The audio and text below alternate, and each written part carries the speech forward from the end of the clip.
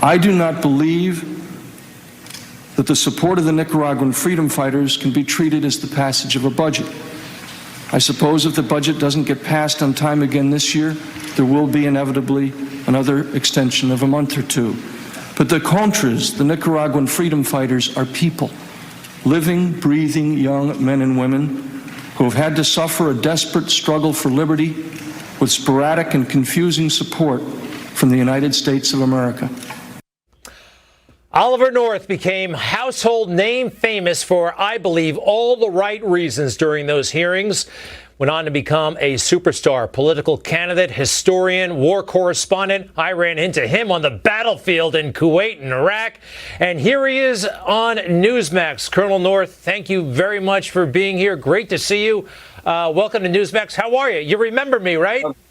I'm glad to be with you, Greg. I remember that you are, I think I'm still right about this, you are the only war correspondent embedded with American troops who was actually wounded, real live wounded, on the way between Kuwait and Baghdad.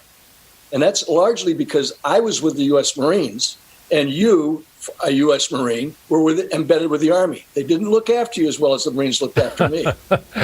You're right about that. That was such a wild time. And yeah, I guess if I were wearing a uniform, they would have given me a medal. But it was a very minor injury. Let's face it. What do they call it? The $1 million wound. I mean, well, look at. I know that you didn't get the same message I did from our boss at the time, because when I got shot down in that helicopter and eventually got picked up and brought back, it had been several hours that I'd been, quote, MIA and in another network. And when Roger called me up on my, remember we had those Iridium satellite phones, he called me up and he said to me, he said, I sent you out there to cover the news, not be the news. The late, great Roger Ailes, who gave us an amazing opportunity. Well, Colonel, it is fantastic to see you. Look, I want to get your take on everything. And by the way, your book, The Rifleman, I think you've had some special insight into it. And there you go. And we got an electronic version of it right here.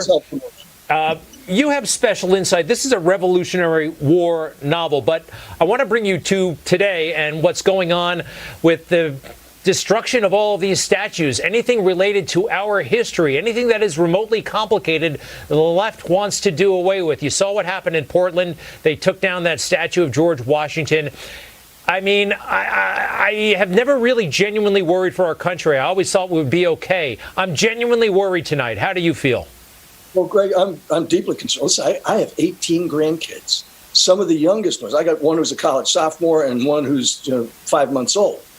I'm very concerned that they won't even know that there was a civil war, because here in Virginia, the Commonwealth of Virginia, where our governor is bluntly, here he is, a baby-killing, gun-grabbing, race baiter who is now tearing down every statue of every single Confederate soldier they can find. We're changing the names of all of our roads.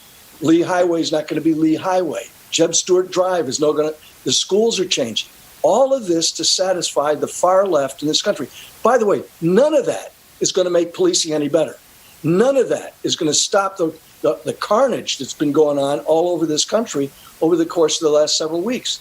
And, in the midst of all of that, remember when the launch of the Dragon space capsule went, the president was down there to watch, standing right next to Elon Musk. Right afterwards, he gave because it's the day after the terrible tragedy that occurred up in Minneapolis.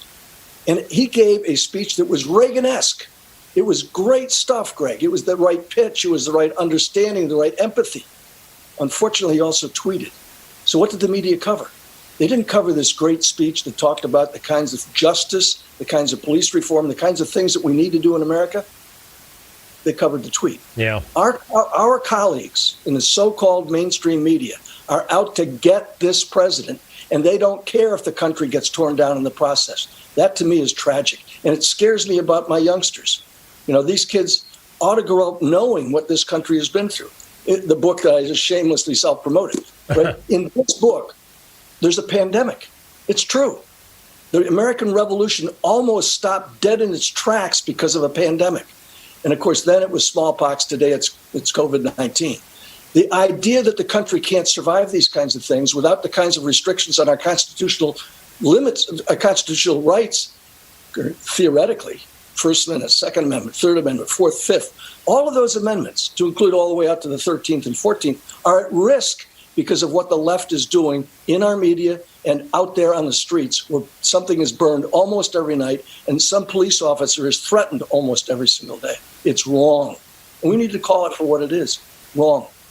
It is wrong. We only have, unfortunately, about 90 seconds left. I want to ask you, though, what is your level of optimism right now? I mean, when you got back from Vietnam, the country was torn.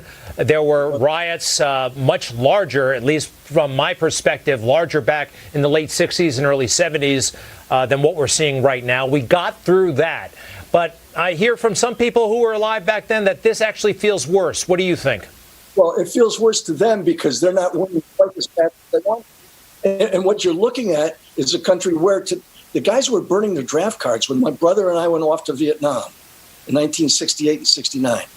The same guys are now running the country. They're the mayors. They're the city councils. The mayor of your city, right, in New York City, was actually working with the Nicaraguan communists when we were trying to support the communist opponents. Oh my God! And his name probably popped up when you were involved in those things. Oh, De Blasio, he's ridiculous.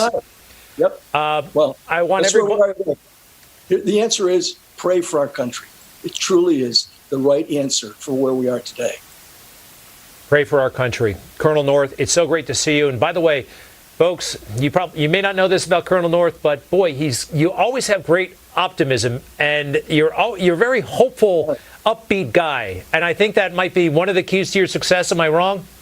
You're always on the upside. Semper Fi there, Marine. By the way, that's not a slogan for the Marine Corps. Yep. That's a way of life for you and me, buddy. Totally. Colonel North, so glad that you were here, and so glad I finally got to meet you back in 2003 on the battlefield. You're the best, an American hero, everybody. We'll to be continued, okay? Come on again soon. Will do. Semper Fi.